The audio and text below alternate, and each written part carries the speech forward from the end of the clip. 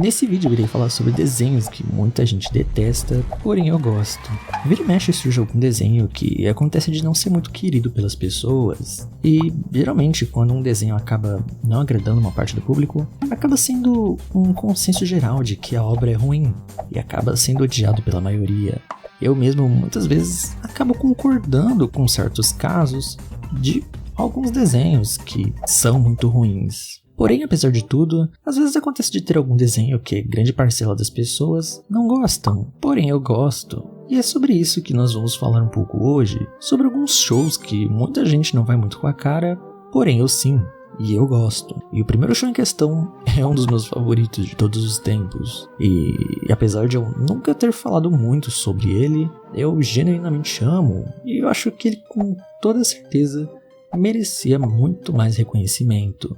E eu tô falando de O Show dos Looney Tunes. Esse show é simplesmente fantástico, e o seu cancelamento foi definitivamente um dos maiores crimes que a Cartoon Network poderia cometer. O Show dos Looney Tunes é um dos mais divertidos desenhos dos Looney Tunes. O grande ponto em questão que o torna tão especial é a forma como o desenho funciona. O show é uma espécie de sitcom que acompanha os personagens de Looney Tunes vivendo suas vidas cotidianas e interagindo uns com os outros, tendo um certo destaque maior no Patolino e no Pernalonga. Se você não sabe, sitcoms são esse tipo de série ou seriado que acompanha a história de algum núcleo de personagens, como Big Bang Theory, iCarly, Todo Mundo Odeia o Chris, As Visões da Raven, etc. E o Show dos Looney Tunes tem essa exata mesma fórmula, onde a história mostra o cotidiano dos personagens vivendo todos da maneira mais caótica possível na cidade. O que brilha nesse show e faz com que ele se destaque ao meu ver no meio de tantos outros desenhos é justamente esses personagens super excêntricos, cada um da sua própria maneira,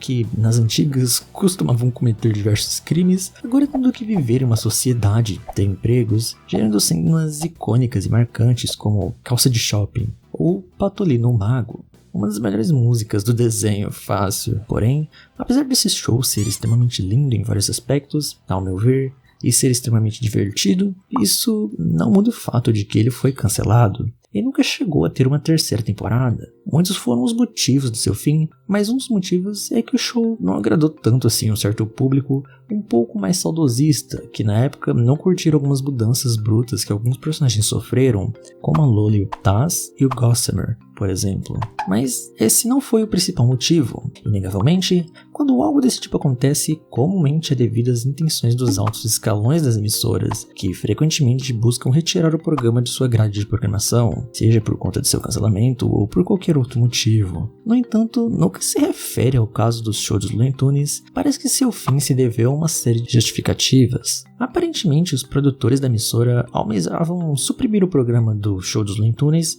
em prol de privilegiar a produção de Wabbit, meio que um outro reboot dos Looney Tunes, dessa vez mais parecido com o modelo clássico, que sinceramente não me atraiu muito. O show dos Looney Tunes era muito mais único e divertido. Cancelá-lo para dar mais foco nesse novo desenho foi um tiro no pé. As temáticas mais maduras que permeavam o show dos Looney Tunes não agradaram os responsáveis, que almejavam um retorno ao humor mais ágil e escrachado que é a marca registrada dos Looney Tunes, pela qual são amplamente reconhecidos. O show dos Looney Tunes tinha tons um pouco mais maduros, que apesar de não ser necessariamente adulto, não era um humor muito infantilizado. Ele frequentemente abordava temáticas mais adultas de maneiras sutis, claro, porém, sem deixar de ser um show de comédia, como por exemplo, um episódio sobre tirar a carteira de motorista, conseguir um emprego, usar um app de relacionamento, temáticas que você não vai ver, por exemplo, em Hora de Aventura ou Steven Universe. Um integrante da equipe de produção afirmou que o encerramento do programa também se justificou em virtude dos custos exorbitantes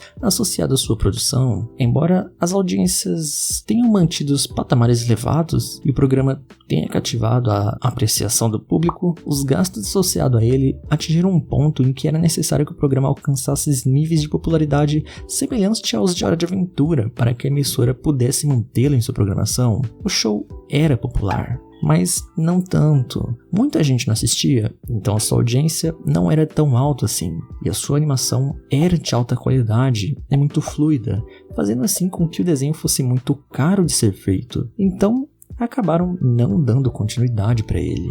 É realmente muito triste que um desenho tão bom, pelo menos ao meu ver, não tenha dado tanta audiência. porque eu amava esse show e eu realmente acho que ele merecia uma terceira temporada. Então, me diga aí nos comentários, você também curtiu o show dos Looney Tunes? Quero saber quantas pessoas gostavam desse desenho. Mas bom, às vezes acontece de você gostar de um desenho, uma animação que ninguém gosta, e nesse caso, não se trata exatamente de um desenho, e sim de um filme animado, que eu confesso que eu sempre achei bem divertido, porém eu confesso que fiquei bem surpreso ao descobrir que muita gente detesta. E eu tô falando de Carros 2. Carros 2 é uma das animações mais odiadas da Disney Pixar, e quando eu descobri que as pessoas odeiam esse filme, eu fiquei incrédulo, pois é um filme tão legalzinho. Carros 2 é amplamente ridicularizado como o pior filme da Pixar de todos os tempos. De acordo com o Rotten Tomatoes, é o filme da Pixar com a pior avaliação por uma margem considerável. Sua avaliação de 39% é péssima. E eu até entendo quem não gosta, já que ele é bem diferente do primeiro em vários aspectos, mas eu acho um extremo exagero falar que ele é um péssimo filme. Tem animações muito piores por aí, como o primeiro Minions. Muita gente diz que dar protagonismo por alívio cômico não funciona, mas eu discordo, porque Carros 2 é bem legal. O Matt funcionou muito bem ao meu ver como protagonista, e ele se mostra ser um personagem bem esperto, apesar de ser meio lerdo. Carros 2, apesar de não ser tão bem recebido quanto seu predecessor e outros filmes da Pixar, ainda possui alguns méritos que podem torná-lo interessante para alguns espectadores. Em primeiro lugar, o filme expande o universo dos carros animados, introduzindo os personagens em um cenário internacional de espionagem.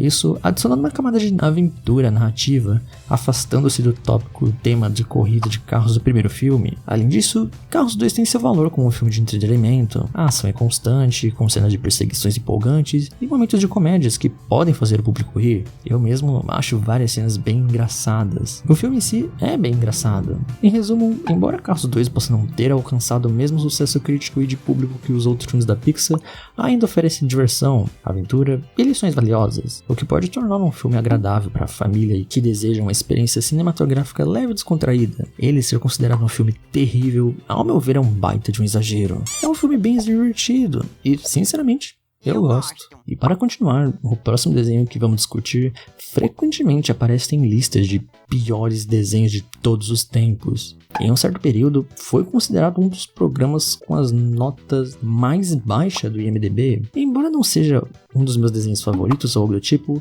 pessoalmente não o considero terrível.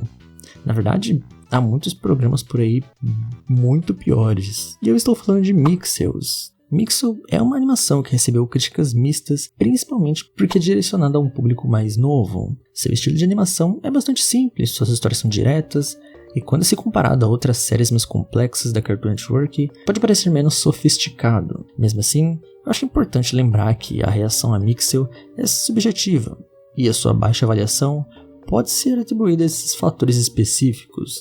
Pessoalmente, não considero Mixel uma obra-prima da animação, mas também não acho que seja ruim. Ele era um daqueles programas que ocasionalmente eu assistia quando passava nos intervalos da Cartoon Network, e minha opinião era sempre... ok, nada mais do que isso. Surpreendentemente, o show tem até uma base de fãs dedicada.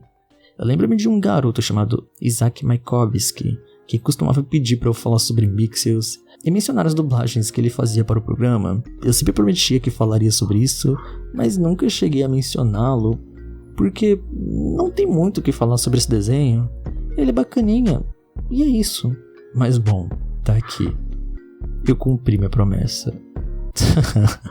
Eu falei de Mixel. No entanto, é interessante observar que, apesar de Mixel ter uma nota muito baixa no IMDb, ainda existem episódios com notas surpreendentemente altas, chegando a quase 10.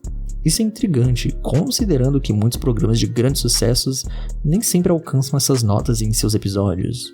Portanto, mesmo que Mixel não seja um desenho amplamente amado, tem seus momentos de destaque que cativam alguns espectadores. Eu também gostaria de saber de vocês. Existe algum outro desenho que você gosta, mas ninguém parece curtir muito? Comente aí que eu quero saber. E quem sabe eu faça uma continuação desse vídeo contando sobre o desenho de vocês. Mas bom, veja o vídeo que está aparecendo aqui do lado, que eu acho que você vai gostar. Não se esqueça de deixar um like aí para me ajudar com o canal. E se gostar, considere se inscrever. Mas é isso, eu vou ficando por aqui. Valeu, falou, é nóis e tchau, tchau.